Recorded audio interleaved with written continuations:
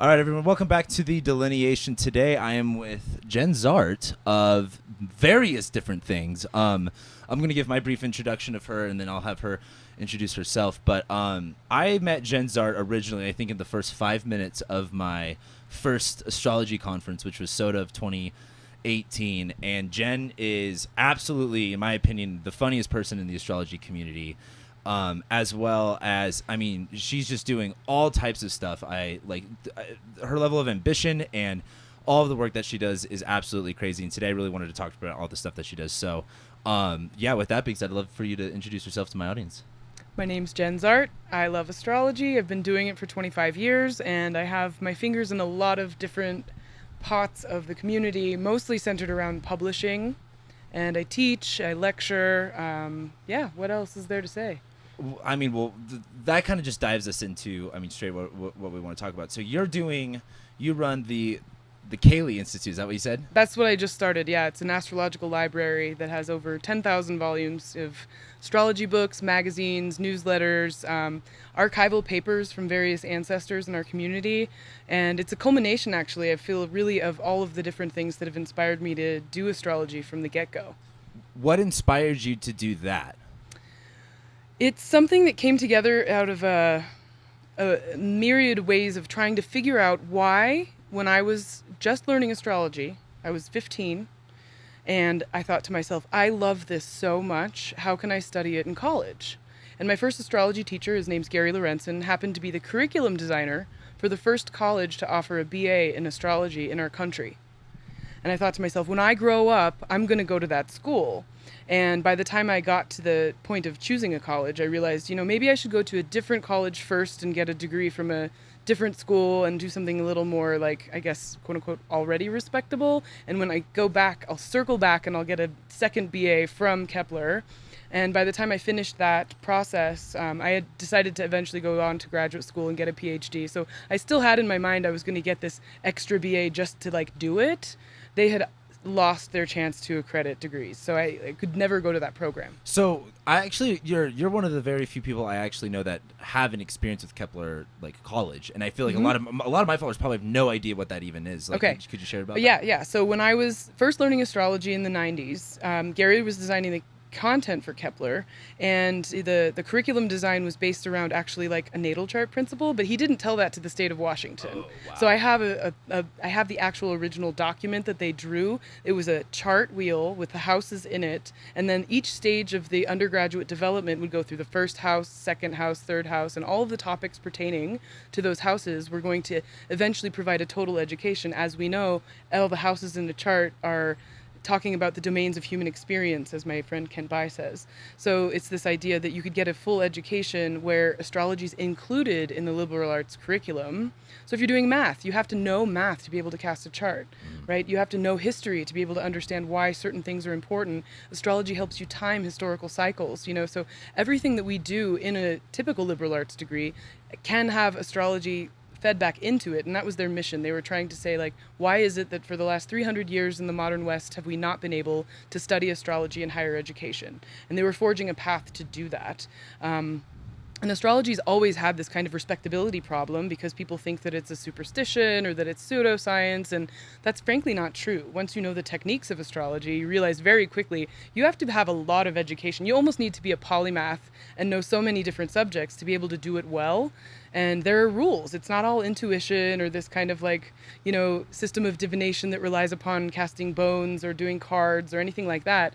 It's a very different beast altogether, and it's been entirely neglected as a domain of knowledge in our culture at large. So being told that I couldn't study astrology in college and that there could have been a place to do it really fueled my desire to infuse astrology in every class I ever took. So when I did get to university, I went to a School of Individualized Study at NYU, and they said, you can study anything here. And I'm thinking to myself, great, here's an official university, but it's an interdisciplinary program. And so we had this orientation at the top of their library, and they were saying, you can study anything you want. And they had this whole presentation, and they said, what do you want to study? And I shot up my hand because I knew exactly what I wanted to do. And I said, astrology. And they go, oh, well, that's not academic enough. And so that really lit the bonfire. And I said, okay, guess what I'm going to do now? Every single class I take, I'm going to find the astrological link and bring it into the classroom. So I was that student. The fun student. I was the one that was like, hey guys, and astrology can say this. And the professors were like, what are you talking about? But like over time, they couldn't ignore it, you know? And so it became this like challenge for me to figure out like, how can I share the astrological angle on all of this? Because I had already been doing astrology for years at that point. You know, it's not common that you start going to school and you have 3 years of astrology under your belt. So then I thought to myself, I saw all the elders in our community, all of the peers of my first teacher had been going back to school to get PhDs. And I love school. I just love it. I have a lot of things in the ninth.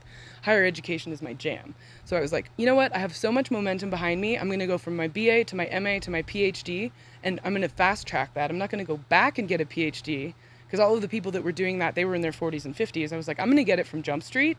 And then people who say, oh, you're an astrologer? And it's like, actually, I have a PhD from Berkeley. And then they go, oh, wait, you have a PhD. What are you doing with astrology? Like, you're so smart. You could be doing anything. Why are you doing astrology?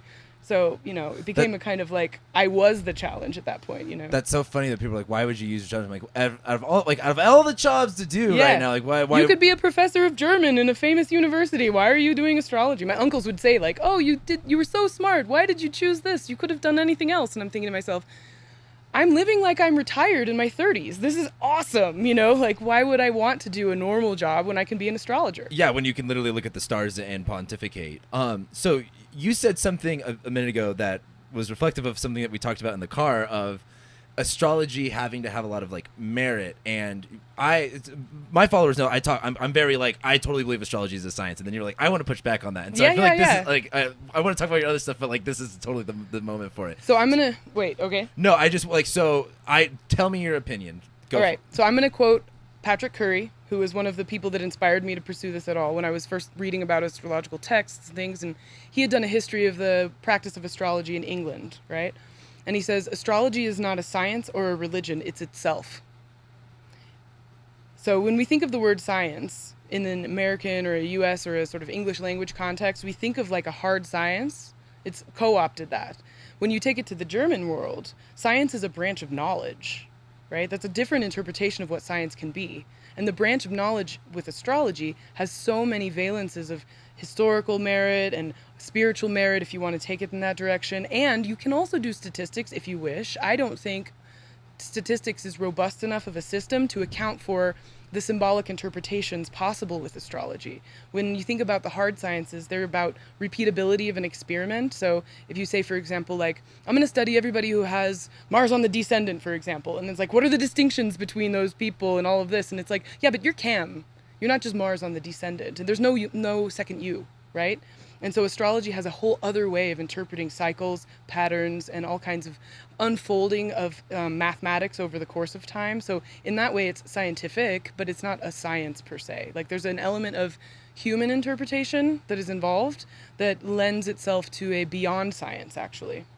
I really like that take, because when I reference astrology being a science, I reference it in the sense of the like the scientific method. Because when you kind of go through all, like, you know, all of the traditions, that's kind of what's kind of happening here, is taking a hypothesis, applying it, getting the results, going from there. I would push back on that only in the sense that when we look at the way that science has developed, the scientific method is 300 years old. Astrology is a couple thousand years old. Yeah. I would argue older than we think, but the modern Western tradition began 2,000 years or 3,000 years before the birth of Christ, for example, right? So we have this compounded experience. And we look in our tradition, the Babylonians were observing the sky for 735 years, and they wrote all of their observations in a text called the Anu, I'm going to say it wrong, the Anu Enlil. I don't know. Anyway, there's this whole archive of inductive perception. We're looking at this pattern, and this happens. We're looking at this pattern, and then this happens. And over 700 years, you're going to get what we now have as the zodiac. We have the wandering stars, the planets, and so things kind of coalesce around these observations, and it's an observational method, but it wasn't that they had a hypothesis about things per se. It was more like they were observing and taking in and then writing down what they found, and they were doing pattern recognition. Well, this is so shitty that I'm not going to be able to reference where I read this, but it was in one of these books talking about how it was that astrology was hypothesized, like the idea that the planets affect us was an idea before it was actually like observed. Is that am I right about that? I swear to God I've heard that before, but you would know way more. Well, I think the trick is here that when we say astrology, it sounds like it's one thing, But really, we would need to like make it multiplicities, because every single culture has derived meaning from the sky. So for some people, it's a calendar system. This is the time of the year when we do this. This is the time of the year when we do that. When we think about the tropical zodiac, for example, those are the seasons. What do we do with seasons? You're not going to plant a whole garden in November because it's not going to grow, right? Yeah. So it's like, even on that level, like we have a kind of folk astrology that is responding to the environment, and those responses are coming from literally the position of the sun in the sky relative to the earth. It's a relationship, right? But different cultures have different relationships. And so if you look at Nick Campion's work, for example, he says there's a chaotic astrology for cultures that don't have a cosmic astrology, because what they're doing is they're still seeing a relationship in the movements of the heavens that has meaning for culture on earth. That's the widest definition of astrology, is correlating the movements of the heavens to create meaning for humans on earth. But we invented it. Astrology doesn't precede us. Right? This method of observation and making this meaning is a human thing. So astrology is a human creation. But every human culture has come up with their own type of astrology. And it's not all cosmic, and it's not all the way that we do it in, for example, the modern, the sort of modern sense of like, here's the mathematical positions of the planets in the sky when I was born. Like that whole natal chart map is one kind of astrology, but there are other kinds. I mean, even horary, it's not tied to the birth of someone. Yeah. Right? So there's that whole, like, what is that an ontological? This is something that's not ontologically related to reality besides the moment of the question being asked. And yet you can use it to find your keys. You can use it to find your lost dog. You know, you can use it to talk about the whole outcomes of things. Well, if astrology is human made, then how would you describe the fact that like every culture has their own version of astrology, but we all agree something's going on? Yeah. Is that what part of that is, I guess, human made? It's our pattern recognizing, and it's our meaning making. Like, human beings are storytellers fundamentally, right? You have a story that your name is Cam, but it might not be true. But we agree that that's your name, and so we all play into that, right? And I've been given a name. My name is Jenn, right? But I could change it, and then my story changes, right? And so even our memories, that's something that we choose to hold on to. There's so many things that you don't remember. Why isn't that part of your story of self, right? Something significant might have happened, but you weren't quite paying attention, or maybe it just wasn't something in your field. It didn't not happen. It's just not significant for you to be like hanging your identity on it, right? And I think a lot of astrology we do nowadays is about identity building, and like, you know, you think about the chart as a map of the soul. That's a very modern conception, right? Well, it's just funny because we were talking about it in the car of like I just had Cameron Allen, so just totally went spiritual Pluto, and then you're like, let's bring it back to the traditional. So let's bring it back to traditional. Can you also move the microphone a little bit up? Oh, sure. There we go. Sorry. Is that better? Yeah, it's better. Okay. So back to the tradition. Well, I mean, that I kind of gave you nowhere to go with that, but let's start with like how they look at the chart, right? Okay. So in the modern way that we look at a chart, we see that as the map of the soul, and so we're here looking at your Mars is your drive, and your Venus is how you connect, and the Moon is your body, and maybe your mind, and Mercury is also a different kind of your mind and how you communicate. But when a traditional astrologer looks at the chart, they see the ruling planet of your ascendant is you, and everything else in the chart is the life world you were born into. Did the world begin when you were born? No. Well, I'm a Leo. So. I mean, you're okay. So yes, okay. But no. I didn't exist until Cam was born, okay? No, but the thing is, we were born into a life that precedes us, right? And so from the traditional perspective of interpretation, we can account for that. And we can actually see that, oh, you know what? This transit isn't going to be having an effect on me. It's affecting something in my life world, right? It's not necessarily happening to me. It's in my field, right? Well, and that's something that and this is why I do, you know, ancient traditional astrology, is how specific it is, and this idea that not everything in your chart is about you, because not everything in your life is about Exactly. you. That's how I usually open up all my readings. It's Right. like, but we have to actually identify where you're located so we can Right. get some context of everything else that's going on. Right. And I think that's like a misunderstanding of, there's a time technique. Do you talk about perfections? Oh, yeah. That's Yeah. my bread and butter. Right. So when you are in a perfected year that's in a cadent house, meaning it's 3, 6, 9, 12, that's not necessarily talking about something that's happening to you. Everybody doesn't go to jail in a 12th house perfection year, right? Like, that's like, do you know what I mean? Yeah. Like, but what's happening is, for example, with the third house, you're in a third house perfection. What does the third house signify? Siblings. You know, that's one level. Maybe the ruler of the third house signifies someone in your life because that planet represents them. And so when that planet's doing something that year, those people are going to have things happen to them, because the third house is not you. You're the first house. The third house is the furthest one of the farther removed things in your life, right? So it's happening to people in your world around you. not necessarily you directly, right? And the planets that are activated by perfection are also signifying people and things in your life, right? So you're in a 6th house perfection year, or there's something that is I'm going to get hyper technical. The 3rd triplicity ruler of your 6th house is your pets, right? When that planet is activated by perfection, you can guarantee if you have pets, there's going to be a story about them that year. We got to back up. The third triplicity ruler. They don't know about triplicity rulers. I don't know if I'm ready to I know. I said I'm going to get hyper technical, but what I'm saying is that's how it can go, right? Like if someone's talking to me and they're saying, oh, this is happening in my life, and then they start talking about Mitzi, and I'm like, okay, cool, where's Mitzi? And I look in the chart, and I can see, okay, 3rd triplicity ruler is Mars, and I'm looking at that, and oh, Saturn's on that Mars, and it's like, they're worried about it because it might be like, I'm going to be under pressure, and it's like, no, your pet is sick.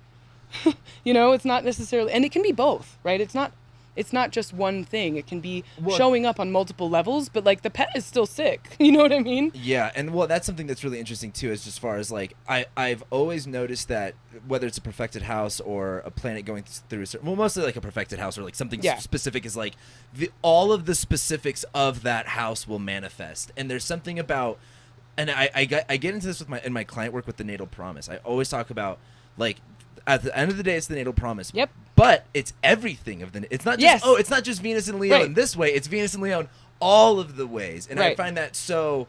Well, I guess you have I feel like you have something to say about that. Well, as far as like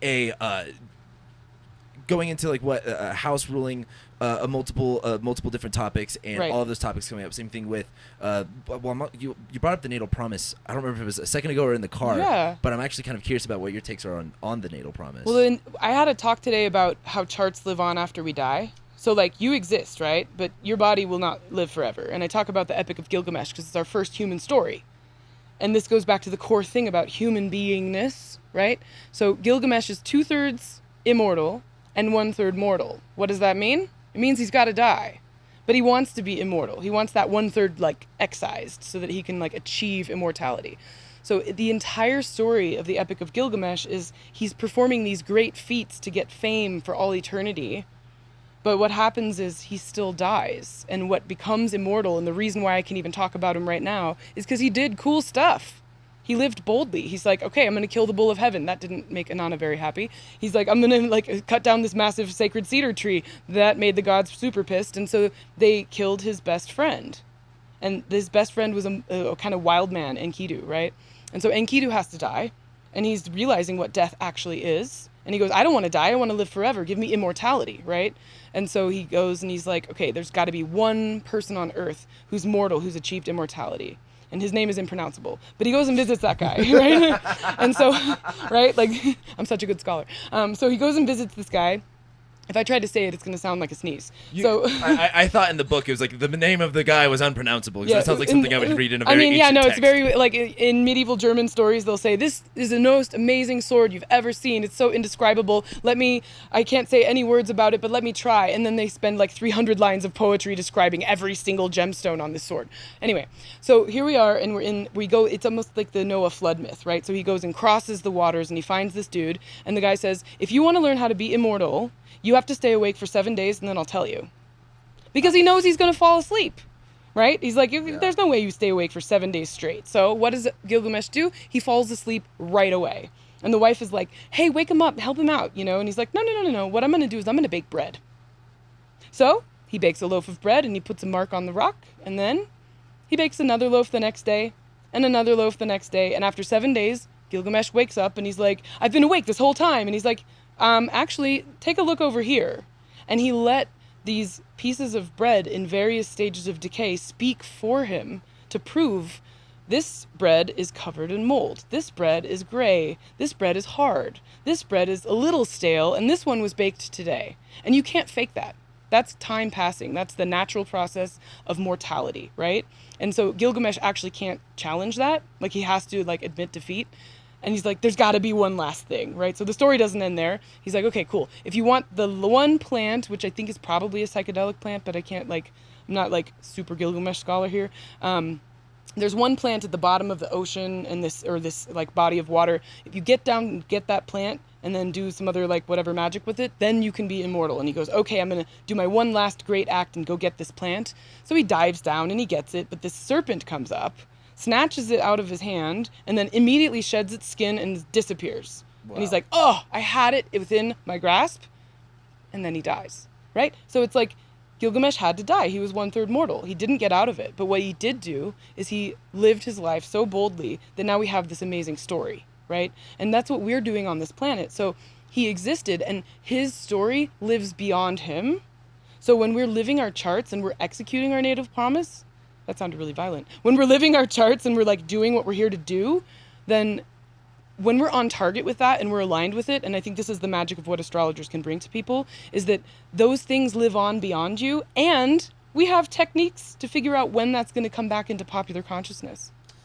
Did you do a technique for Gilgamesh's I did. chart? Well, we don't have his chart. Well, I was about to say, timed. we have But Gilgamesh's chart. If you have a timed chart and you do zodiacal releasing from spirit, you can actually time almost to the day when people are going to be in the news after they've died. Really? Yes. So you're doing a ZR technique with I that. did a zodiacal releasing from spirit.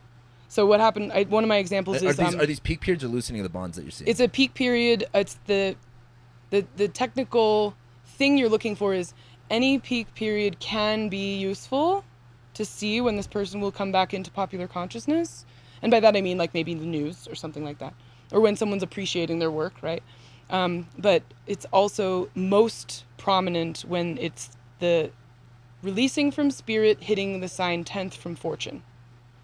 Yeah. The 10th house is the most prominent, right? So you get peak periods at the first from fortune, like the sign that fortune's in, but also the 10th sign from fortune, right? And so one of my examples was the girl from Poltergeist who goes, "They're here," right? She died as a young actress. She didn't make her peak period from spirit, but in 2008, on 3 levels, she was in an eminence period of 10th from fortune. And the day that it shifted on the 3rd level, the day level, it was actually like level 1, it has 4 levels. So level 1, 3, and 4 were activated. Literally the day that shifted, DirecTV showed a commercial of her with Craig T. Nelson mimicking the Poltergeist film, and they used her voice, "They're here," and people were going crazy, like, how can you exploit this child actor and like put her back online, back in media circulation even after she's like been dead or whatever. And the family was working with DirecTV on this, and they were fully on board because they thought it was like, probably like, yeah, they were like honoring her, right? But it's literally like, how did DirecTV know to put that commercial on air the day they did it? Because if they had done it a week before, it wouldn't have had any traction, right? Like they aired the commercial literally when her zodiacal releasing from spirit hit those 3 peaks. So this is going off onto a different conversation, but you mentioned in the car that you identify as more of a medieval astrologer. Yeah. And there's not a lot of people that really rep that. I think like Ryan Butler is like the only other guy I know like that. So Yeah, I'm he a is. medieval Yeah, astrologer. I think so. At least in our age group. Yeah. And well, so is zodiacal releasing practice a lot in medieval astrology? Not at all. No. But I mean, I pull in what works, right? And so it's like, in order to talk about when you might be in the news after you die, zodiacal releasing is the way. Yeah. Medievals didn't have news like that. They didn't care. That wasn't a zodiacal thing. releasing, I mean, like, I'm being lazy here with the Astro Gold, but like I can actually look into like 100 years after you're dead. Yep, With and I've built a research tool for that. Really? Yep, nataltransits.com/timelord.html. It's okay. I designed the UX for that. Okay, that was keyword is was because the last time I went onto it, it didn't work anymore. It's up again. It's up again. Yeah. Okay, that is the best site for zodiacal releasing. It's literally so. Thank you. The little mountains. Yes. The little mountains. Yeah. Oh my God. So what is natal transits? So what happened was I totally forgot about that. nataltransits.com/timelord.html. Yes.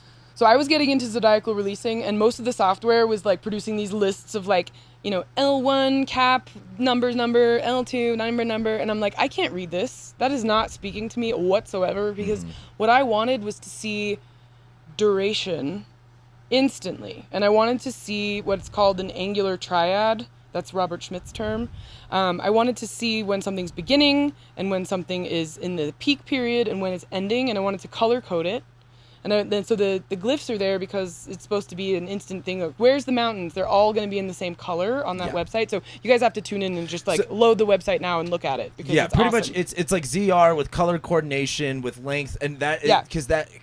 No, the reason why I did that too though was that it's a whole other math. Like, so this technique was only mentioned in Vettius Valen's book 4 of the anthology.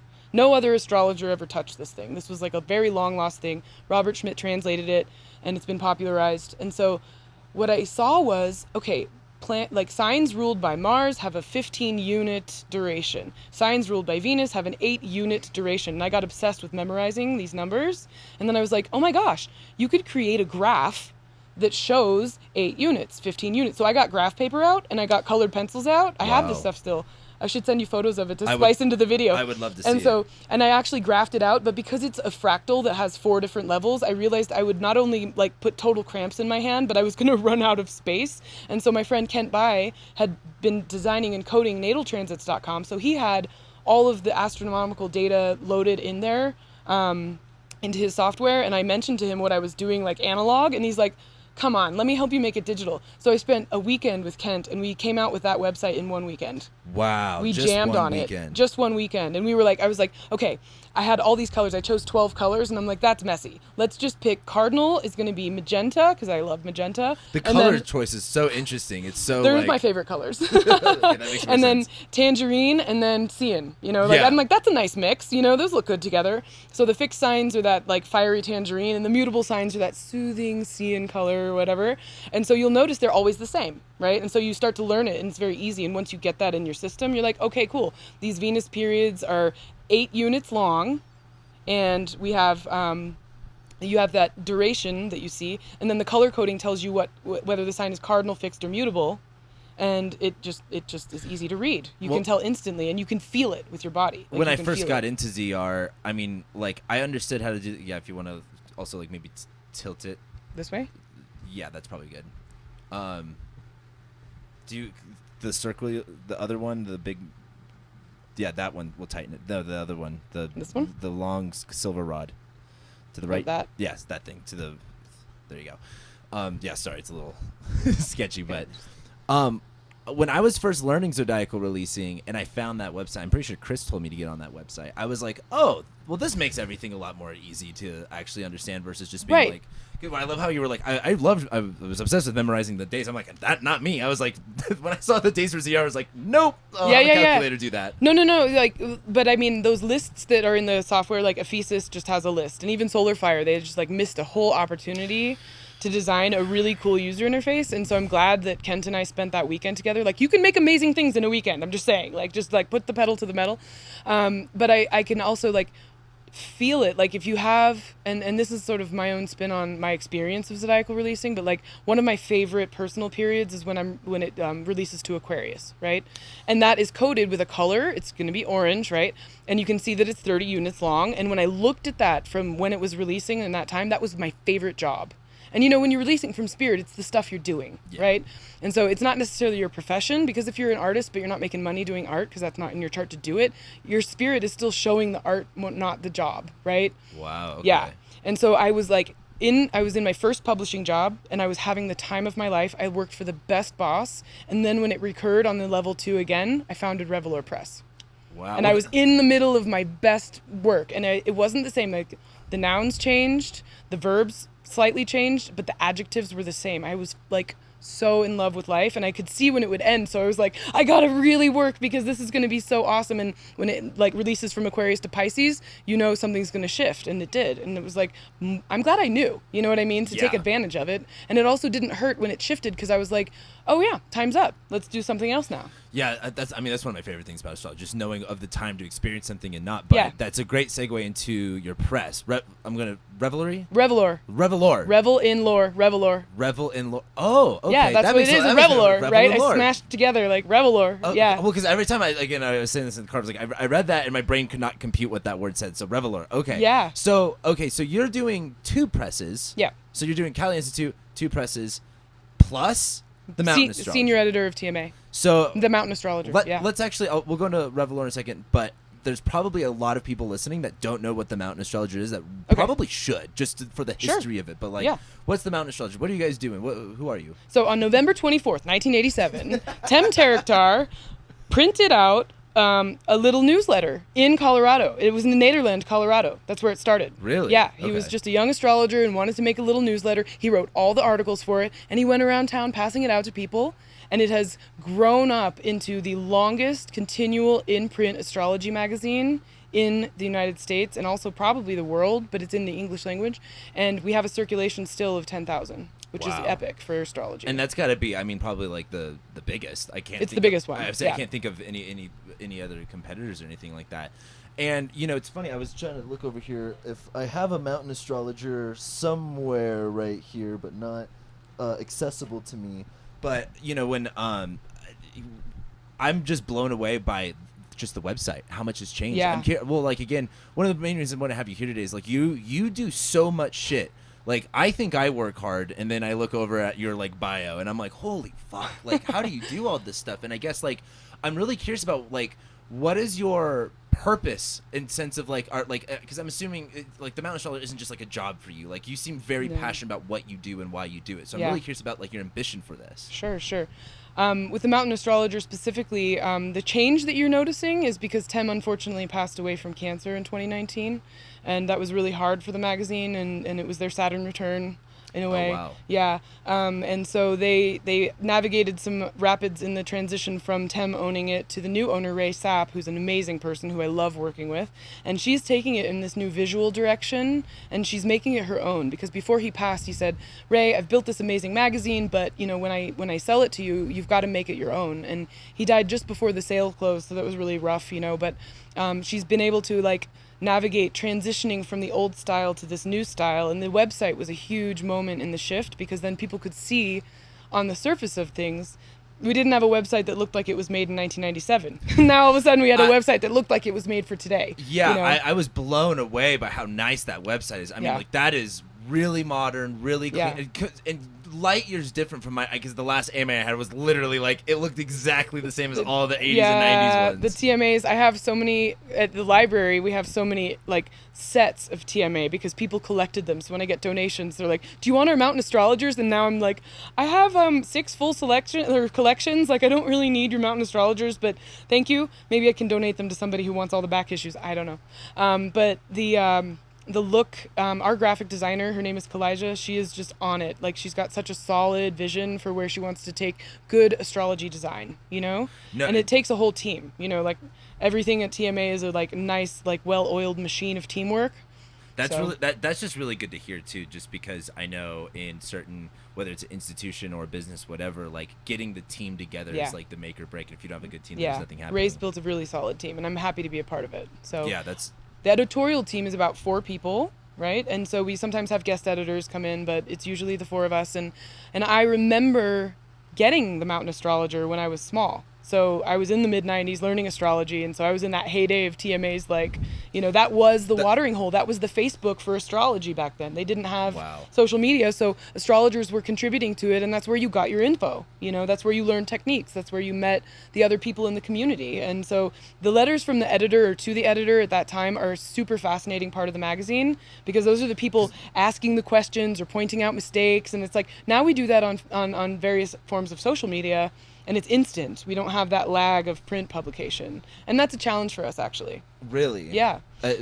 Why? Because in order to get an article in the magazine, you need to be giving us that thing finished 8 months before we go to print. So people say, oh, wow, look, Jupiter's going to be doing this thing tomorrow. And it's like, I can't put you in the magazine like that. Yeah. But we're so used to online publication where we can just throw it up. That doesn't happen with print publication. So there is a bit of a media problem with the idea of the lag. You know, we edit that, we proofread it, we have to take it to the printer has to print it, we got to mail it. You know, there's all these steps that take time and energy, but then you have something that lasts, what's that word? Immortality? Forever, right? We have these permanent things. Do you print out Facebook threads? Do you print out, you know, blog comments? Like, that doesn't happen. Yeah, I'm actually going through, like, kind of a crisis right now that, like, my whole career is on the digital world. And if anything happens, like, that's a whole another process. But I was making jokes about this back in even 2001. Like, do we have the collected instant messages of Rainer Maria Rilke? You know, like, the people used to write each other letters, and that becomes books, right? But we don't have those things anymore. Even private text messages. How are you, well, in certain cases, how are you going to, like, actually, like, fix those things in permanent culture? We need to print it. Yeah, and I think too, this kind of goes into kind of, you know, everything that the future holds. But I really think that there is going to be this upbringing of, again, like analog stuff. Like just so much digital stuff is going on right now that like it's just, you're going to see the pushback of people wanting to do more books. Like I bought an iPod Classic that has like a terabyte like memory card in it, just so I don't have to like have my phone on me. Right. Even that's not like that's still digital, but it's something that's not, you know, vinyl or whatever. But so I remember the last time we talked, which was like back in 2020, you had mentioned to me that you guys are like taking in submissions for writers for the. Are you guys still doing that? Of course, all the time. What could people like write for? Or what? Anything? So one thing I like to see is an article that has historical awareness of other people who've written about that topic before. So when someone swans in and they're like, "Oh, I'm the first person to ever say this about this factor in astrology," I'm like, "Oh, really? Because I've been reading about this stuff for 25 years, and you're not." Do you know what I mean? Like they're like, they're like, "Oh, cool. Look at this thing that I have to say about, you know, the 4 elements," and I'm like, "You have a lot of homework to do. You know, those things don't get published. You know, you have to have an awareness of the community you're entering, because print publication is effectively still a conversation. It always has been." Right. But if anything, we're talking to dead people. Right. Libraries are actually the 12th house, not just the 9th. Because it's all of our remnants, right? And there's a poem, actually, to speak again to Rilke, there's a poem called The Panther, and it's about this panther who's pacing between bars, and the bars go on, and he's going left to right, endlessly repetition. What is that? It's reading past the bars of text, right? And images come into his heart and sinks into his soul forever. Wow. Right? Okay. So that's like a very 12th house thing, because you're like locked. And can I talk to you when you're reading? When you're really deep in a book, like, and I'm like, "Oh, Cam, blah, blah, blah, what's that?" Oh. No, because you're in your 12th house. You're reading. You're in reading jail, right? Like Mars and Gemini on the Descendant, so I actually can kind of listen to people. Yeah, but I'm saying most people, like, if you're super engrossed in a book, the last thing you want to do is be disturbed, right? Yeah. Because you're in your zone. So a lot of people interpret the 12th house as like, you know, imprisonment or sorrow. And it's like, you know, the life of a scholar is filled with melancholy and sorrow, because you're in this weird ivory tower, right? Reading nonstop. You don't have a social life, like you're stuck. But it even goes down to just even, and I love Rilke for this, just the metaphor of bars of text, black bars of text. Like, that's what we're doing, you know? And so, but it's also like someone asked me today on my way to give my talk, like, "What authors do you resonate with?" And I said, I don't have an easy answer for that, because I read so much stuff and I like so many different kinds of things and different genres, not just astrology. And I said, dead ones. The dead ones? He's like, "What authors do you resonate with?" Dead ones. They're mostly dead. You know what I mean? Like, most of what we have in libraries is people who aren't alive anymore. Yeah. But it's what they've left. And it all goes back to Gilgamesh. It's straight there, right? Like, the life you've lived, the work you do, the things that you make that you leave a trace of are all we have of you when you're gone. Right? So that's a really important thing. Like, make art, make culture, write that book, make your mark, you know? Yeah, do it. Well, I mean, like that, because not to go back to me, but that's something I've over the past couple of months, I've been like, literally, like, all of my life is on the digital stuff, and that like that is a problem. Like, literally, like, if something like if CME fucking blew everything up and there was no data or whatever, like it would be like I would have nothing. But that's one reason why I'm so into publishing, because it is our ticket to immortality, right? So what I'm also doing with the community is I'm trying to immortalize our conversations, not just through magazine publication, but also through print publication. So that's another reason why there's 2 presses. Not just because I have Sagittarius on the midheaven. That's a dual-bodied sign. Like, why have 1 when you can have 2, right? So that kind of thing. But the Sophia Center Press I co-own with Dr. Nick Campion, and that's affiliated with the University of Wales. And we publish academic studies on the history of astrology.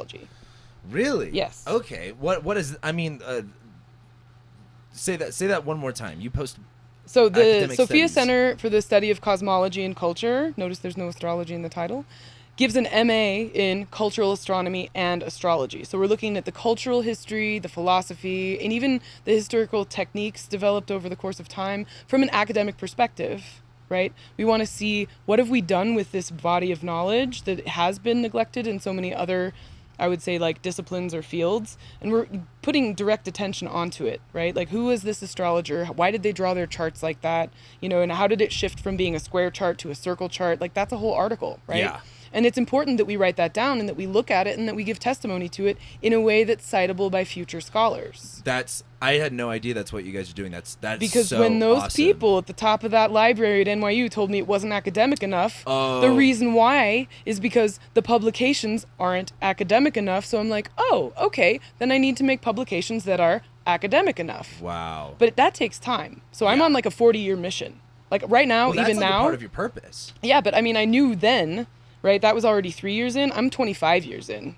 So you say I'm doing so much. You're seeing like the result of like a quarter century of investment in this like mission that I got on when I got so incensed by them saying it's not academic enough. So I'm like, okay, cool. I got a PhD. I got 2 presses. I got, a lot of publications under the belt. And it's not just me. I want to foster that for others. That's the Libra sun coming through. Well, and that's what I think I'm not only attracted to your work ethic, but the work that you're doing, because no one else is running 2 presses in a magazine.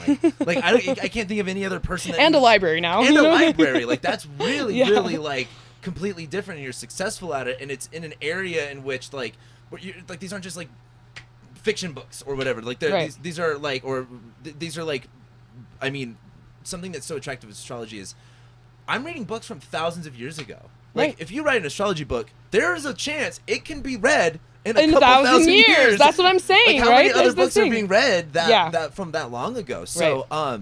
gosh, so you're doing the It seems like a lot, but you can see, like, we've actually already gotten to the core purpose of it, which is we're going to make things not necessarily all academic enough. So Revelor is where I play, right? Sophia Center is more of that mission of, like, here we have, like, properly peer-reviewed, and we have enough peers now. Like, we're slowly getting there. So when Nick made that degree program, it was in response partially to having a UK version of what Kepler was doing, but then Kepler lost its accreditation. And so Nick was like, okay, you know what? I know how to navigate this because I've seen it when it's fallen apart. And so I'm going to not make those mistakes, and I'm going to do it correctly. So he's had his program for 20 years now. Wow. That's 20 years of people getting an MA with astrology in the title, right? And they do the work, and we publish that. And so then now we have 20 years of publications. And I'm like, I want 40 years more, right? Because then all of a sudden, and this is what I love to say, is like, when someone says it's not academic enough, I say, come with me. And I take them to a part of the library, and I show them 18 feet of shelf space. And I'm like, really? Not academic enough? What's all this doing here? And it speaks for itself, right? That's got to be the power. That, like, that's got to feel It really feels awesome. It feels and we're really getting there, good. right? Like when Sophia Center's press started in 2009, we had 2 books. You don't see a press with only 2 books. It's indivisible. No one says that. Yeah. Once you have a backlist, people are like, oh, wow, you've got like 20 books? Whoa, there's something here. What is that? What is this? And so you can like show them the steps. And one of my favorite people in the world, Fabeku Fatun Miche, he says it's an ecosystem, right? You're building an ecosystem. So Sophia is one part of that ecosystem. Revelor is another part. TMA is another part. And when you're operating in an ecosystem, it becomes easier to sustain that momentum because you realize which moving part supports which other moving part. And you can help orient people in that ecosystem so that they can also enter it and thrive. Wow. Yeah. Well, that makes a lot of that makes a lot of it make sense, because something that it's like, all these things seem to keep the momentum all for each other. Almost. Yes. That's a really good way to look at it. Because TMA is a magazine and they need to review books. So we make books for them to review, and then people read those books and then say, oh, I have a new article idea that cites that thing, and it's that whole entire conversation all over again. So, you might have answered this, but what is your, like, do you have an end goal? But I feel like this doesn't sound like something linear like A to B, but much more something as like you're just trying to throw as much, fuel in the fire for it to just burn as long as it can.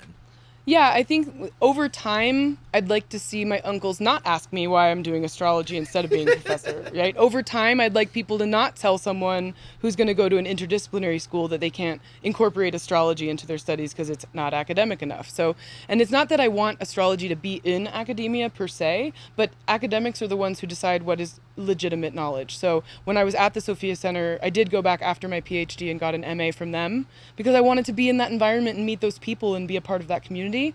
And people were like, you're crazy. Why are you getting an MA? And I'm like, because it's not about the degree. It's about the community. It's about, seeing what they're doing here. And I don't know if you know this, in the state of Oregon, you can teach a class in a high school if you have a master's degree that has that field in the title of the degree. So I could teach astrology in an Oregon high school now. Really? Yeah, they probably won't let me, but I could. Or might be open-minded. According to their legal statutes, you have to be qualified with a master's degree in the subject. So that was another reason to get the degree. Wow. So the thing is, there's a legitimacy issue, but I used to be more like, oh my gosh, I want an astrology department in every school. I don't want that anymore, but I do want the attitude in the popular consciousness to shift. And I know it is shifting because of the rise of a lot of very erudite social media accounts like yours and Chris Brennan and Chani Nicholas is even amazing with the way that she brings in very hardcore astrology to the masses, and yet there's also still this lingering sense that like astrology is somehow not good enough or a bastard child of science or a bastard child of a certain kind of religion, and it's like it's not that, it's itself, and like how can we appreciate it as itself? So I'm towing more of the academic weight here because I can, and that was my default mode, but I don't necessarily want astrology to be in every university. I just want the perception of it to shift on a deep level, and that takes time. Yeah, and that's something I really like because I am so big on that, especially specifically on this podcast, because I feel like so many people are ready to like knock astrology, like, oh yeah, astrology doesn't work. Like even professional like astrologers be like, oh well, it's not like this is real. And this is like affects people's lives, and this is something that is going beyond thousands of years of rich knowledge that you know has changed the way, like has literally changed the shape of the world in some instances.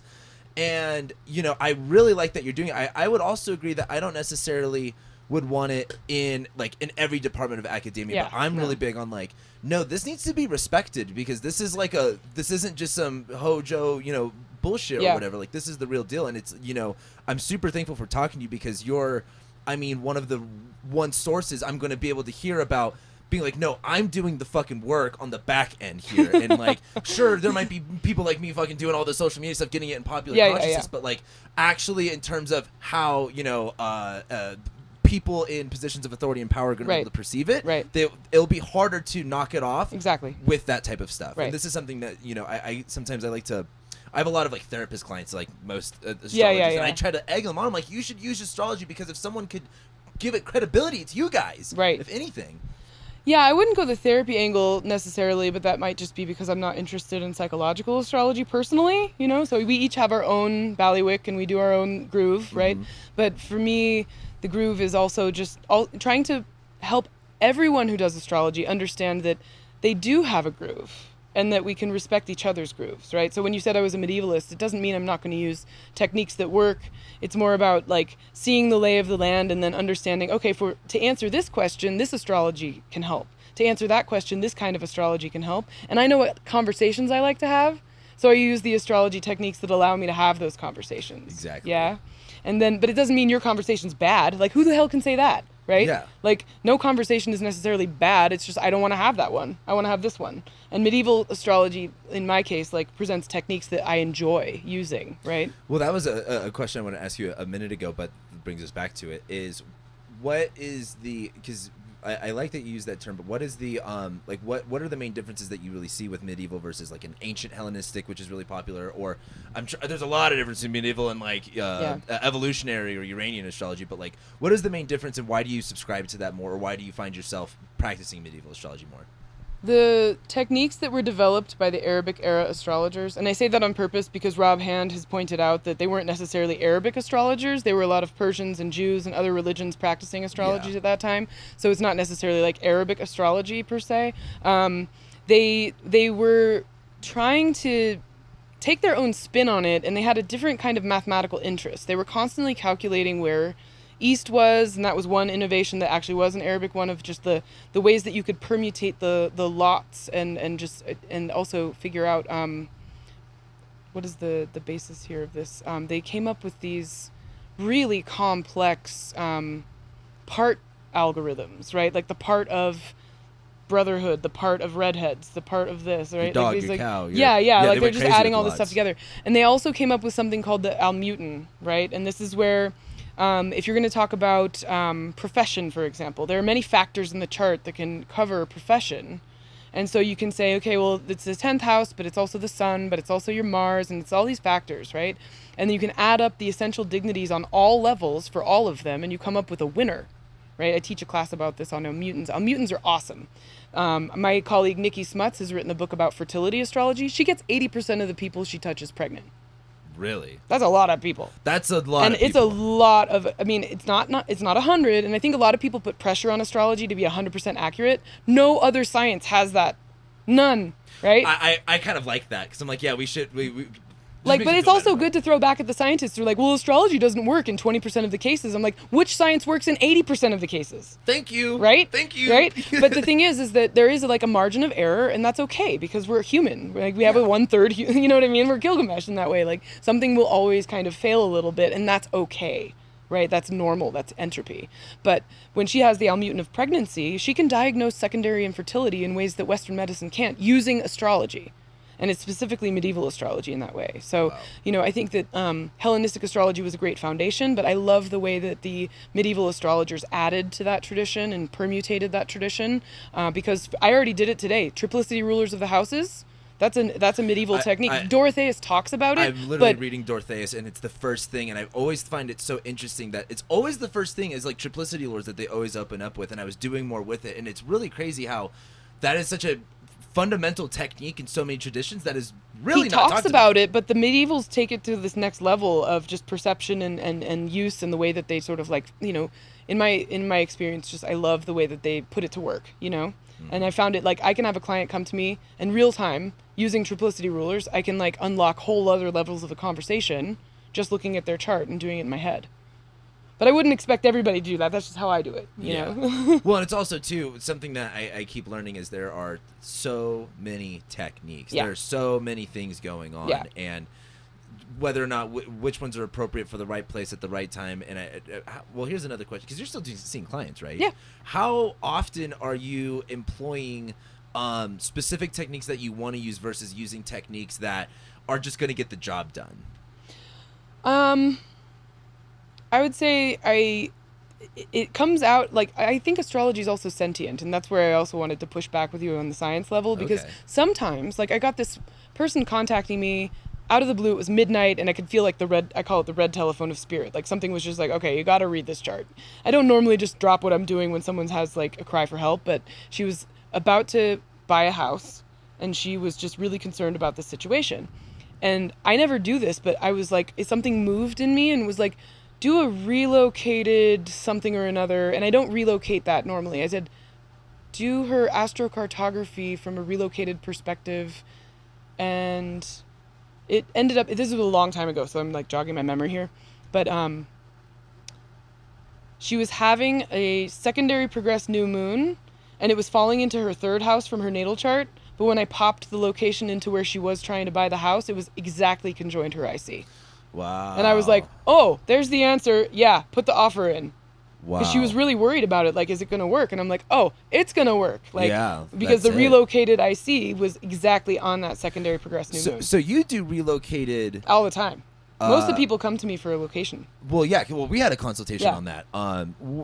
So this is something I go back and forth with a lot of stuff in astrology, as most people should. Yeah. But I've been back and forth on relocated like solar return charts. What do you have opinions? No. No. So don't have an opinion about that. Do you do solar return charts? Yeah, all the time. Do you do them for the natal location? No, because you weren't born there. Oh no, I said the natal location. I always do a solar return from the natal.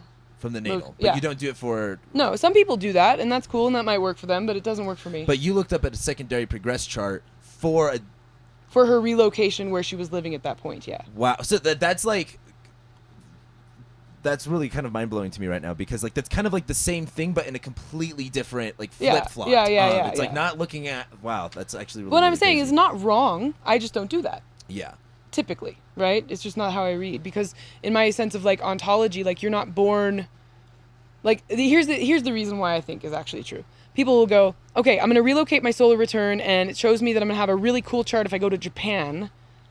But it's like, if you go to Japan for a weekend, it doesn't have any anchor in reality. It's a small trip that you took, and it doesn't somehow magically, talismanically, like, sink you into place to have a better year of your life in that place. And also, why do we want to avoid adversity? Really cool things happen when you have bad things happen to you.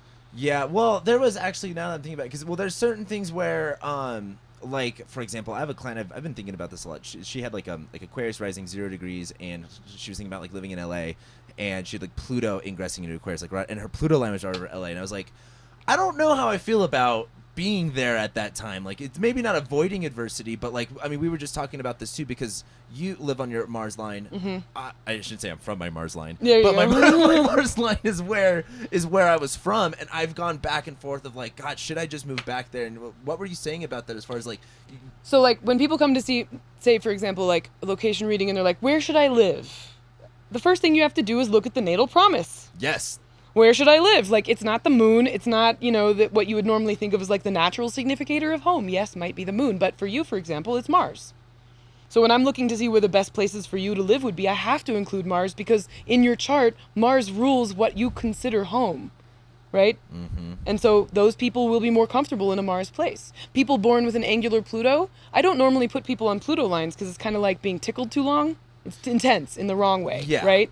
And it's like, but someone who has an angular Pluto, they can handle that, and in fact, they might want to, because it's where they're naturally expressing. That's a good point. So you don't want to bend yourself out of shape. That's why I also have a problem with people who talk about essential dignity, like rulership is a good thing. It's not a good thing. Please. It's got a lot of burden. Rulership is filled with burden because you're the one that has to pay the taxes. You're the one that has to do the repairs. Yes, but you've got to deal with all of the permits, right? Exaltation swans in, eats all your caviar, makes a big mess, and leaves, right? I totally agree. I try to tell people, like, I always use the analogy of like, it's having a party at your house versus a party at your best friend's house. You can pretty much do whatever you want, but you don't have to do any of the cleanup, essentially. I mean, it's nice if you would. You'd probably get invited back if you did. Yeah. But well, that sounds like a very moon, right. exalted moon thing. But I think also when we have planets in dignity or debility, the condition of the Time Lord of your perfection in your solar return chart will show you whether you have access to that benefit or whether that benefit gets taken away, or whether you have access to a bonus and not necessarily the true debility. So you just said you dived like 4 layers deep in there. I did. I'm sorry, I go quick. Second. So you said the activated Time Lord in the solar return chart. Let's give it an example. Okay. Let's say you've got Venus in Libra. Okay. Everybody claps. You've got Venus in Libra. Yay, you're charismatic, you're attractive, da-di-da. But many solar returns will have Venus in Virgo or Venus in Scorpio. What does that feel like? I'm normally able to just kind of be charismatic and dress nicely and do all these fun things, but this year something's not working because Venus was in Scorpio during the solar return. So that talent is given on the turn of fate, on the wheel of fate. You pulled a bad number, right? So another thing happened. I had a client who had a really prominent Mars in Aries natally, but her perfected Time Lord was Mars, and it was in Taurus during her solar return. And she's like, no, and it was ruling her profession, right? No matter what I do, it doesn't work. No matter what I do, everything used to work. But then this year I turned this birthday and suddenly everything that I was doing with my beautiful Mars running my beautiful career went belly up. And I'm like, yeah, because it was in Taurus conjunct Uranus on your solar return. Why would you think that the normal would work? Like, so all of her natural talent got thrown in the trash. And I said, don't worry, when you turn your next birthday, it'll get better. And it did. Wow. I feel like you just read me because I have Mars and Gemini in my descendant, but my solar return this year, it's my 7th house ruler in Taurus on my ascendant. So I was like, oh, yay. Yeah. No, I mean, the thing is, like, that's the thing about, like, okay, your map is where you start, not where you finish. I like that. And it also means that as we go through our solar returns, everybody gets a turn on the wheel. So someone who has, like, a sun in Aries and a moon in Taurus, like, they're going to have solar returns where it's not so great, you know? And so we think of them as, like, oh, you've got a good chart. And it's like, well, that's where they started, but there's going to be some times when it's not so great because it's like they didn't have to do their homework, especially because that's both exaltation, right? And so it's like, oh, you got stuck with, not getting a good grade this time because you actually didn't do the homework, and this was the time someone was paying attention, right? Yeah, and I can imagine, that does happen. Well, I can imagine that being a lot worse for a person who has planets that are exalted or in domicile. Yeah. Half my planets are fallen, so I'm like, anything's better than yeah. And it is harder for the people who have those planets in rulership and or exaltation, because what happens when it's not on and they don't have the muscle memory to do it, right? Whereas planets that are in debility get real creative, right? I put it this way when I teach. If you have a planet that is in exile, right? It's not it's debilitated, but it's not in fall, right? It's just debilitated. Are you talking like peregrine? Not peregrine. No, you are like Venus, for example, in Aries, doesn't have triplicity rulership, might have term rulership, but Venus in Aries is not in fall. It's not Venus in Virgo, right? So just pointing it out that way, right? Okay. So Venus in Aries is like, I put it like, you're an exchange student in a country where you don't speak the language. Someone stole your backpack, but you've got to get across town. How do you do it? You don't speak the language. You don't have any resources anymore because someone just took your stuff. How are you going to get across town? You're going to get real creative. You're still going to get there. It's going to take you longer. You're going to have some challenges because you're going to see people and flag them down and they're like, I don't know what you're talking about. But you're going to find a way. And it makes you really interesting. Wow. I really like that. You know? I'm going to take that personally. I don't have a following. You're going to take that personally. Well, I just have... let me give you a better one then. Okay. Since Douro, Portugal. You know this place? Douro, Portugal? Yeah, Portugal, Douro region. I know where Portugal is, Yeah. So northern Portugal has this mountainous region. The water table is really, really, really low, right? So these vines on these mountainsides have to go through all kinds of craggy rocks to get down to that water, and they taste amazing. That's a planet in debility. I just compared you to a fine wine. I appreciate that. I mean, a grapevine growing on a normal field with good irrigation, it's a wine, right? Mm-hmm. It doesn't have the story. That's right. No, I look at I've been going I go back and forth with all of this stuff as I learn because I'm still learning with astrology because it's a fucking lifelong. Oh yeah, There's never stops. But I've looked at so much as like I'm on the side of like I kind of really like my malefic planets more, of course, and I kind of really like the fact that my shit is fallen and squaring each other. Yeah, you're a human, right? Like, why would you be the Thema Mundi? That's boring. Oh my god, right? And I think it's a fundamental misunderstanding of what essential dignity is. Well, because people, a lot of my following is very new into astrology. Yeah. And they come at it in a very, in a beginner mindset, and sometimes, but it often comes up as like, oh, why, I have this placement and this is why my life is always bad for this reason. Yeah. It's like... And I think the crux of that interpretation is assigning moral value. It's not good to have a planet in rulership. It just describes the behavior. It's not bad to have a planet in debility. It just describes the behavior, right? Mm-hmm. There's nothing inherently bad about being lost in Italy and not speaking Italian and having, someone rip your backpack off. It just means it's going to be a really good story when you recover from that experience, and it's going to be more interesting than the person who had a bunch of money, paid the cab, got across town. There's no story. Exactly. Right? No, and what's funny, me and Cameron Allen were just talking about this with, the malefic planets. And how, gosh, I forgot. Now I'm thinking about that story now. What you just said. So my mind's a little caught up. This is my third podcast of the day, and you just got done like lecturing, right? Yeah. Yeah. My brain's all starting to get scattered. But I guess I just really appreciate the fact that I have a planet in its sign of fall, or even like my super angular Mars, is because it's so much more. Like, yes, I'm a Leo sun, but like it's really the most boring part about me, I feel like, in that regard. Yeah. I mean, we're the whole chart, too, right? Like, and then that just completely contradicted what I said before. I was just about to say Pluto is the soul. Yeah, right. Pluto is the soul. We are our whole charts in various ways, and seeing the chart as the map of the soul isn't wrong. It's just not the conversation I like to have. Yeah. Well, and I'm on that page, too, with you, because I reiterate everything I said. Anyway, So I want to say a little bit about the library, because that also plays into the larger ecosystem here. So go for it. In my work at Berkeley, studying astrology subterranean underneath the guise of studying German literature, at first I was like, okay, I want to get a PhD. What do I do well? I speak German well. I like books, right? So I'm like, okay, I'm going to read a bunch of German fiction and get a PhD. And there's so many stories inside German culture that also reference astrology, so I made sure that I talked about every single one of them in every class I took there, and I ended up writing my thesis about the culture of astrology in early 20th century Germany. And what was happening at that time was there was a banking family called the Warburgs, right, a Jewish banking family, and the oldest one didn't feel like taking on the bank, but there was primogeniture, so it was his bank, and he didn't want to do the job. So when he was 12, he made a bet with his next in line. And he said, hey, brother, if you buy me any book I want, I'll let you run the bank. And, like, why would you say no? Because he's thinking, the little brother's like, I'll buy him some Kleist, I'll get him some Goethe, whatever. Like, I'm not going to have to, it's not going to cost me a lot. This is a silly deal. Of course I'll do it.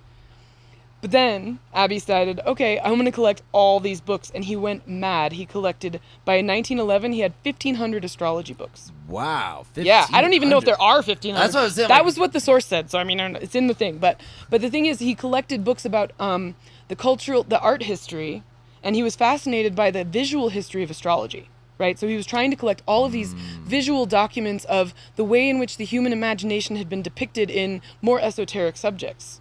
So then along a little bit later, he kind of went everybody went mad during World War I, but a little bit later, another guy comes along, and I'm forgetting his name right now because long day at work, but he ended up making a institute. He's like, you've got all these books, you're keeping them to yourself, let other people read them. So the Warburg Institute was founded in Hamburg, right? Okay. And then the Nazis came to power, and all of Germany was tumbled into the Second War, and so they moved from Hamburg in 1929 to London to save the books, right? This is all about saving books. Wow. And so, but I don't know if you remember, the middle of the 20s in Germany had hyperinflation, yes. right? And so we were paying trillions of dollars for a loaf of bread, but the Warburg family was an international family, and they had money in other countries, and so they did not weather that inflation the same way that most Germans did, so he kept collecting books. Wow. And he had the money to do it because it wasn't stuck in Germany under the hyperinflation.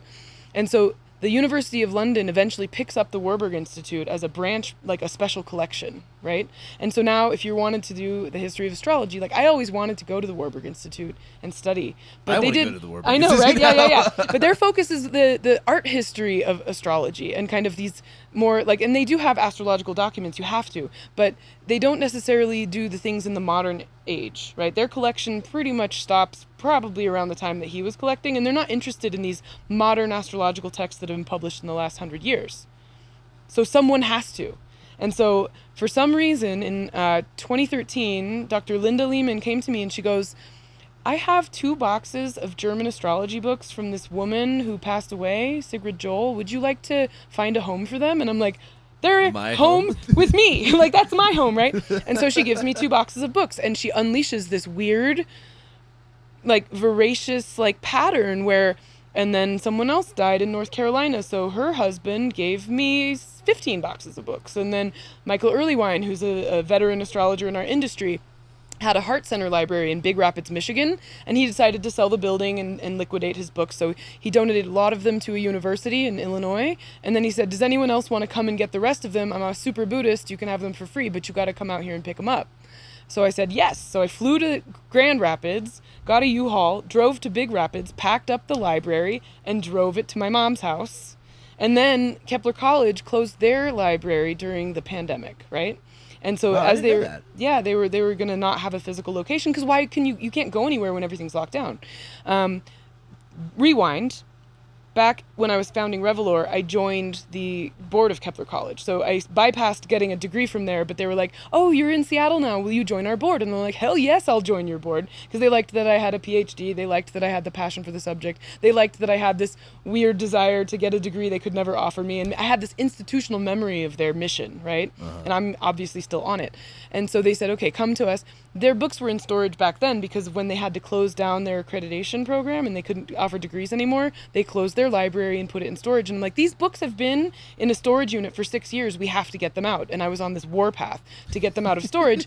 So I opened up Maggie A. Nalbandian Library in Kirkland, actually. So it was just outside Seattle. So I had a really awesome job with the publishing stuff, and I didn't have to spend too many man hours working on the ground, so I had all this time to volunteer, and I packed out the Maggie A. Nalbandian Memorial Library for them, cataloged everything that I could try to and whatever, and then things in my career pivoted, and I had to leave the board of Kepler, which meant leaving those books, and they ended up keeping it open until the pandemic, and so then I found out they were going to close that location, and I'm like, we need to keep the books out of storage. Still, that same message was coming through, so I was like, all right, I'm going to buy the books. And so I did. Wow. And then I was like, oh no. And then part of buying the books, I'm like, and I'm going to buy a building to put the books in. And they're like, okay. And I was like, oh shit, now I have to buy a building too. And so, yeah, I bought a building. So you have a library? I have a library. How? But it's not my library. It's a membership supported library. So when you become a member, it's your library too. Oh. Yeah. It's not just my library. No. And where's this at? This is in Olympia, Washington. Okay. Is this not open? It's in between Seattle and Portland. How would someone get this information to find this place? At the website Caeli Institute. So that's on Caeli Institute. The what? Oh, because I thought Caeli Institute was only online. No, it's a physical library. Oh, it's 1,500 square feet of space. Oh. Yeah, I bought a Craftsman building built in 1901, and it has 10,000 astrology books in it. Wow. Yeah. Okay. You can go there. I'm going to go. You can broadcast from there. Oh my God. I'm going to broadcast from there. Oh, we started a YouTube channel. It is hard. It is hard. It's a whole Like, nother... I can teach and be in front of cameras all day long, but like the second that you're like, you've got your gimbal and you're like, hi everybody, welcome to Caeli. You know, like, let's go inside. You know, like, you should see the first intro video. It's hilarious. So what, you guys have a YouTube? Are you guys going to be posting? Yeah. What's the YouTube? It's going to be like bibliomancy. Every day I'm going to pick a book and I'm going to come in and like, what are we looking at today? And I'm like, oh, look, Pam Crane wrote this book about draconic astrology. That's just something that I bully every astrologer I know. I'm like, start a YouTube channel, because there's literally like thousands. Yeah, but it's going to be very librarianish of just like, okay, look, and that's perfect. This is a book you need to know about, and then the next day, here's another one, and here's another one, and it's going to curate basically the collection. And you could do that. That's the type of endless. Well, I mean, if you just even did audio versions of them, and just it would be like, that is really, because like so many people always ask me like, oh, what is a book that you recommend? And I always just tell them, just read the sources. Like, you don't really need anything. You don't need to read anything. Yeah, there's some other good overviews.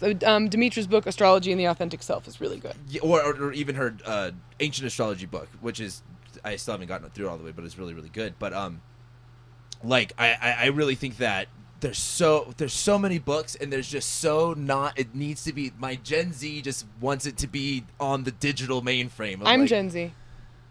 You're Gen Z? I'm Gen Z. I was like, you have a Gen Z? Did you interiorize me? What is this?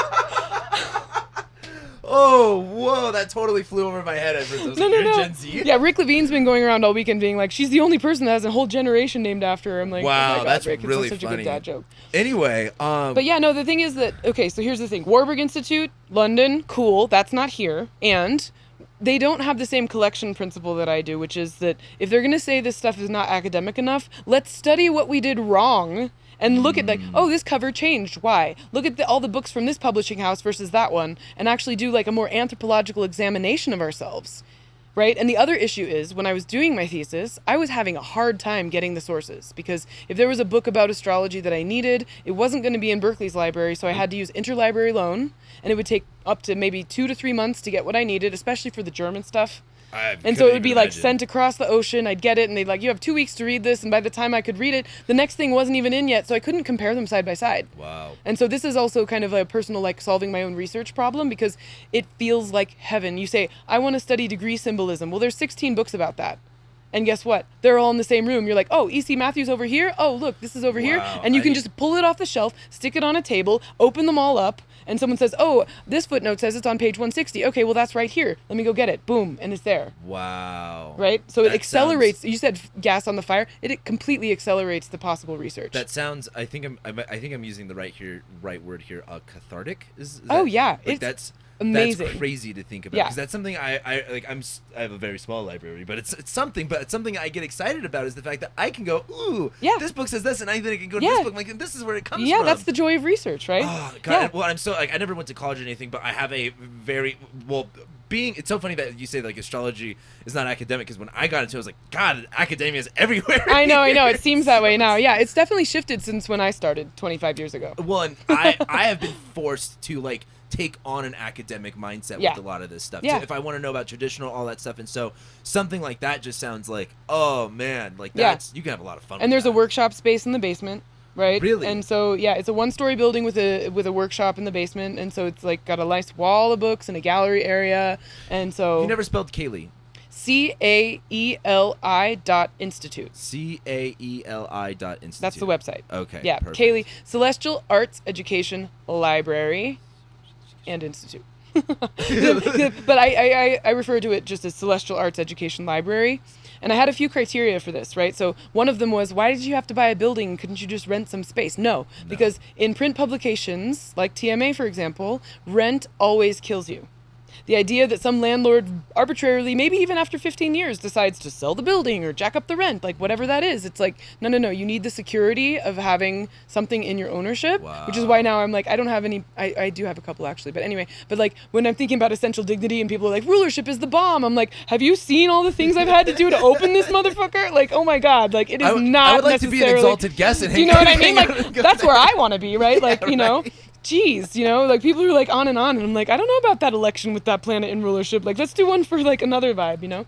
But the thing is, like, owning that was important because I wanted to make sure that it had a permanent home. And the other situation that's interesting... That's big, too. Like, buying a building is not, like, a small feat. It's not small, no. Unfortunately, as the pandemic broke out, my aunt died of an unrelated situation, and so she left she didn't have any children, and so she left her wealth to the nieces and nephews, so I became resourced for the first time in my life. And so my sister's like, I'll buy a house, and I'm like, what's my dream? Like, I have this like crazy opportunity to do anything in the world, and so I was like, I had just enough to make a down payment on a building, and I'm like, that's it. Well, that's property ownership is like the number one thing that anyone should do, but the fact that you not only like bought a building, but for the love of astrology. I bought it for the community, really. Like, you know what I mean? No, that's so commendable. That's so, like, again, I'm so glad that you got to give me your time, even though this almost didn't work out there for a second. Yeah. Because this is the kind of stuff that's like, there are many people like in this community doing work, but like you're doing like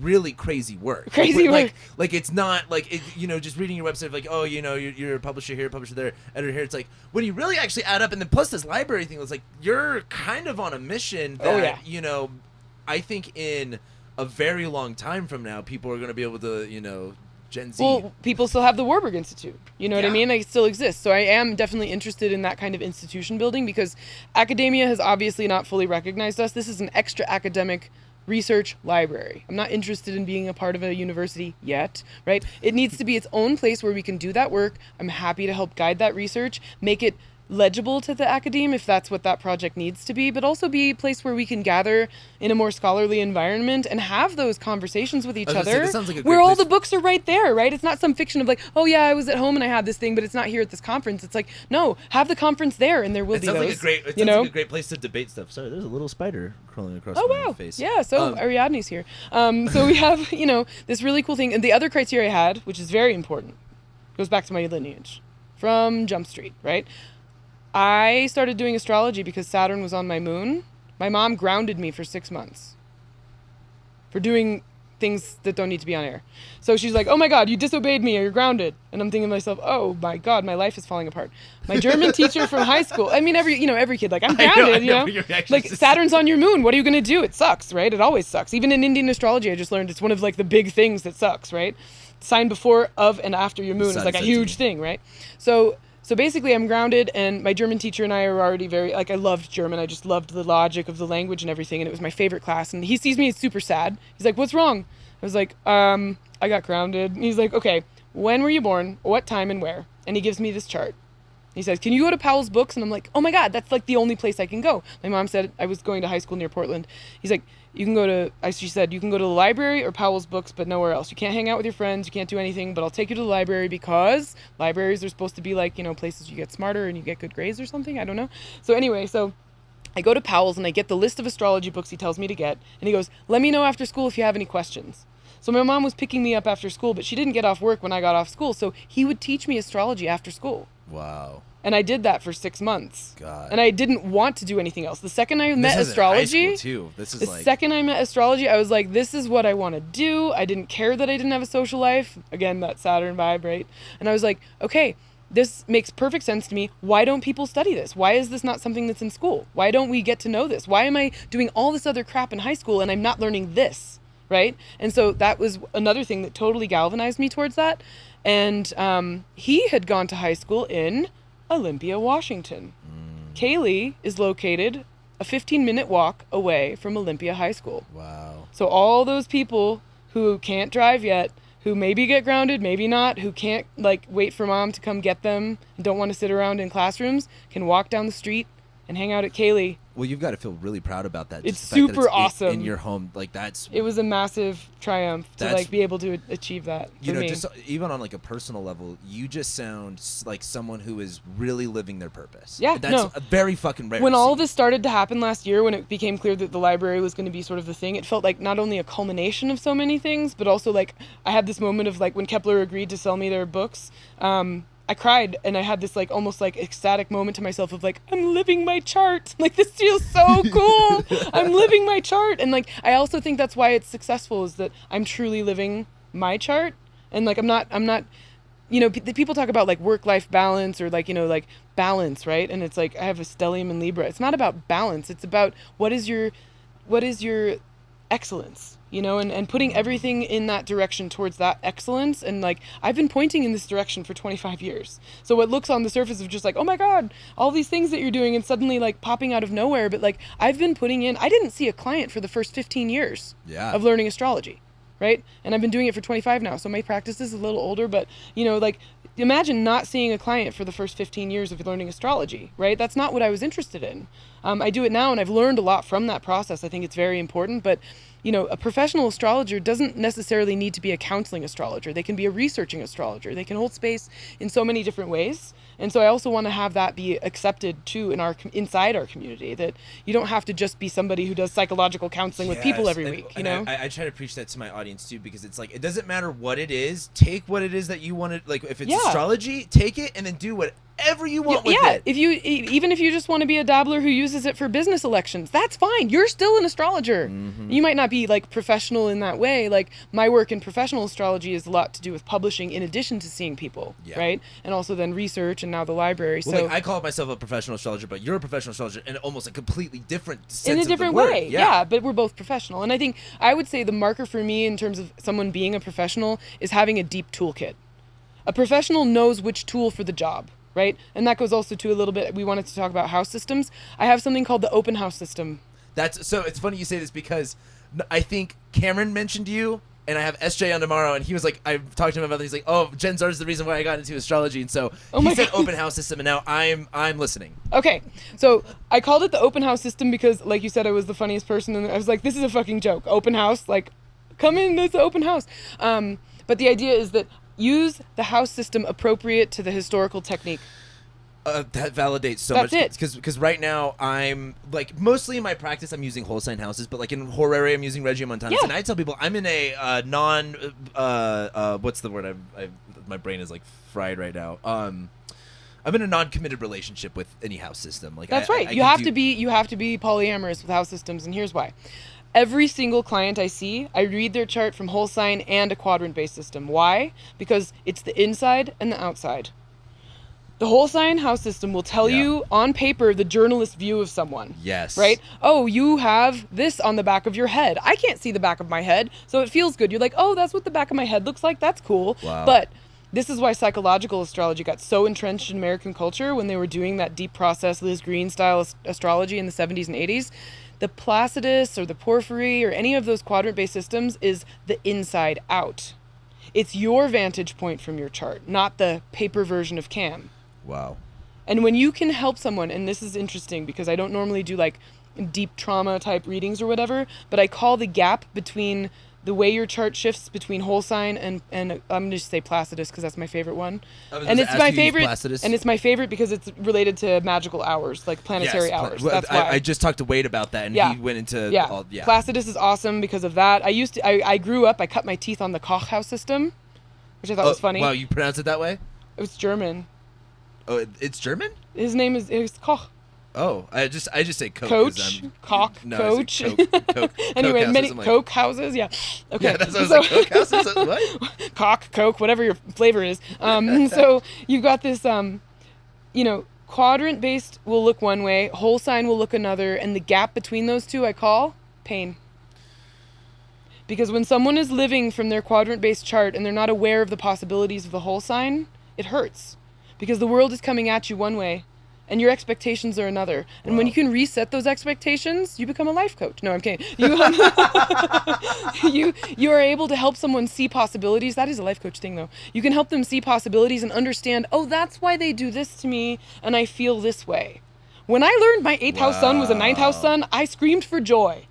But it's still an 8th house. It's the opposite for me. It's still an 8th house, you know what I mean? I'm an 8th house sun in Placidus and 9th house in whole sign. That's good. Yes. No, that's a great thing, right? It'd be worse if it was the other way. But I love the distinction in this. In this is a good teaching moment for people who have their sun in the 1st or 12th, vice versa, right? And so the people who have their sun in the quadrant 12th, but it pops into the whole sign first, are constantly like the emperor without clothes.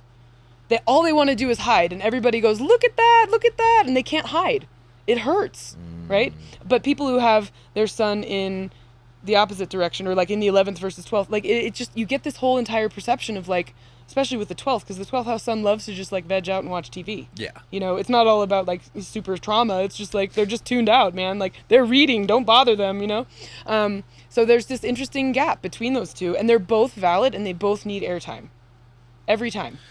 That's, you know, I've always looked at the difference between the whole sign houses and quadrant as something similar, but you have put words to that very eloquently that really put a lot of pieces together. Yeah. And I like that you described the space in between of, because something I do in my practice is like, if I'm looking at whole sign houses, like, like for example, I have like my IC in my 5th house, but Saturn is technically, like, I have a super goated Saturn. It's like in the 3rd and Placidus in the 5th, and so I recognize that, but I you know, after talking to so many people today, I'm like probably going to be dabbling in different house systems now. Yeah, I mean, the other thing, when you just said that about the floating IC or the floating MC, like people are like, what should I do for a living? Well, if your MC is in the 9th, what you do for what you're known for might not be how you make money. And when your IC floats in the 5th versus the 4th versus the 3rd in whole sign, you might feel more comfortable in an art studio. Where are we sitting here? Like literally you've turned your home into a studio, right? Like in your atelier, that's your home, right? You're not going to be at home in just a normal house without this, you know? I have the same thing. My IC floats in my 5th, and I had well, now I have a home and a library, and I love going to work. You know what I mean? There's that. But I mean, I always know that I'm going to feel at home in my creative space, a room of one's own. And even inside my house, there's a room called the Pixel, and like if I'm in there, everyone knows to leave me alone. I'm in my Pixel. It's a very tiny room, but it's mine, and it's got all my creative stuff in it, and like that's my home inside my home, right? And if someone has their IC in the 4th, then they just have a house with a picket fence, and it's fine, blah, blah, blah. But if it's in the 3rd, they're at home in conversation. They want to communicate.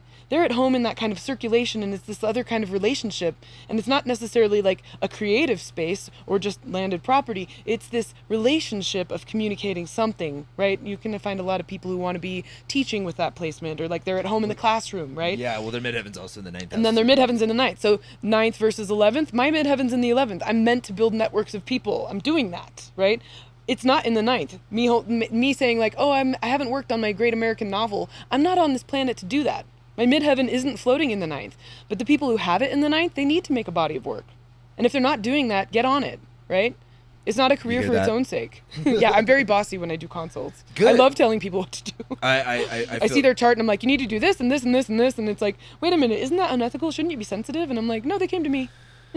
Oh, the ethics of astrology. Well, when people are like, you need to be ethical, I'm like, we're looking at a chart that says like, what you have to do, and when you do it, it feels great. Yeah, well, and you will find success, you know. Yeah, well, I mean, for whatever that means for you. And people get off the hook. Like, if there's something in their chart where it's like, no, you don't really have that much ambition. Like, thank God. Why is everyone in my family telling me I need ambition? I don't want it. And it's like, well, you're not supposed to have it here. You know, and supposed to is not right word, but it's more like it's not really something that's important right now in this world. You know, you're meant to be doing some other stuff besides like that nice, you know, capitalistic 10th house like drive, ambition, career stuff. Like your garden, do this other thing. You know, like go hang out with your friends a little bit. So yeah. Well, anyway, lots to cover. We that did was a lot. I mean, we were willing to stop at an hour, like an hour and a half. So, Yeah. I mean, so I know you already plugged yourself, but you want to plug yourself again for anyone else to find your stuff or anything else you want. The most important thing I want people to do is become a member of the library. So go to www.caeli.institute and check us out, check our books out, and just like enjoy what I'm making now. Well, sweet. Well, thank you. God, I have just so much to think about after this conversation, even though I already had 2 crazy conversations. This one's been a lot, but yeah. Thank you so much for coming on. It was really super awesome it. having you here. And everyone else, I'll be seeing you guys next time.